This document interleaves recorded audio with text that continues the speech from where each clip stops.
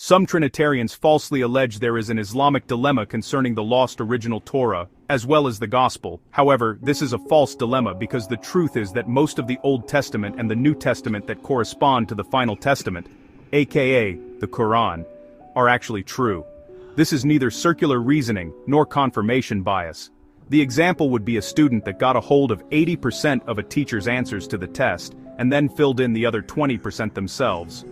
Later, when the entire teacher's answers to the test is revealed clearly only the 80% that corresponds to the correct version is the correct amount, not the 20% that was erroneously added.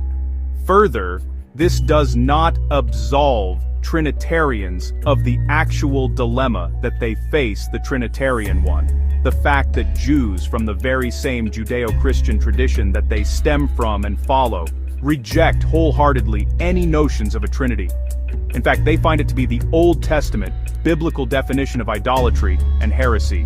So the fact remains that the alleged Islamic dilemma is an actual logical fallacy of false dilemma, and the truth is, there is an actual dilemma of the Trinitarian one, because if the majority of the prophets of the Bible all talk about one God and the one and only prophet to come after the prophet Jesus, peace be with him, the prophet Muhammad, peace be upon him, also talks about one God only, then what is the likelihood, the mathematical probability that Jesus himself also wasn't just talking about one God?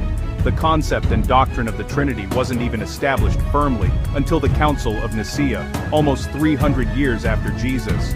Jesus says in Mark 12:29 that the Lord thy God is one. How will Trinitarians come to terms with the dilemma they face?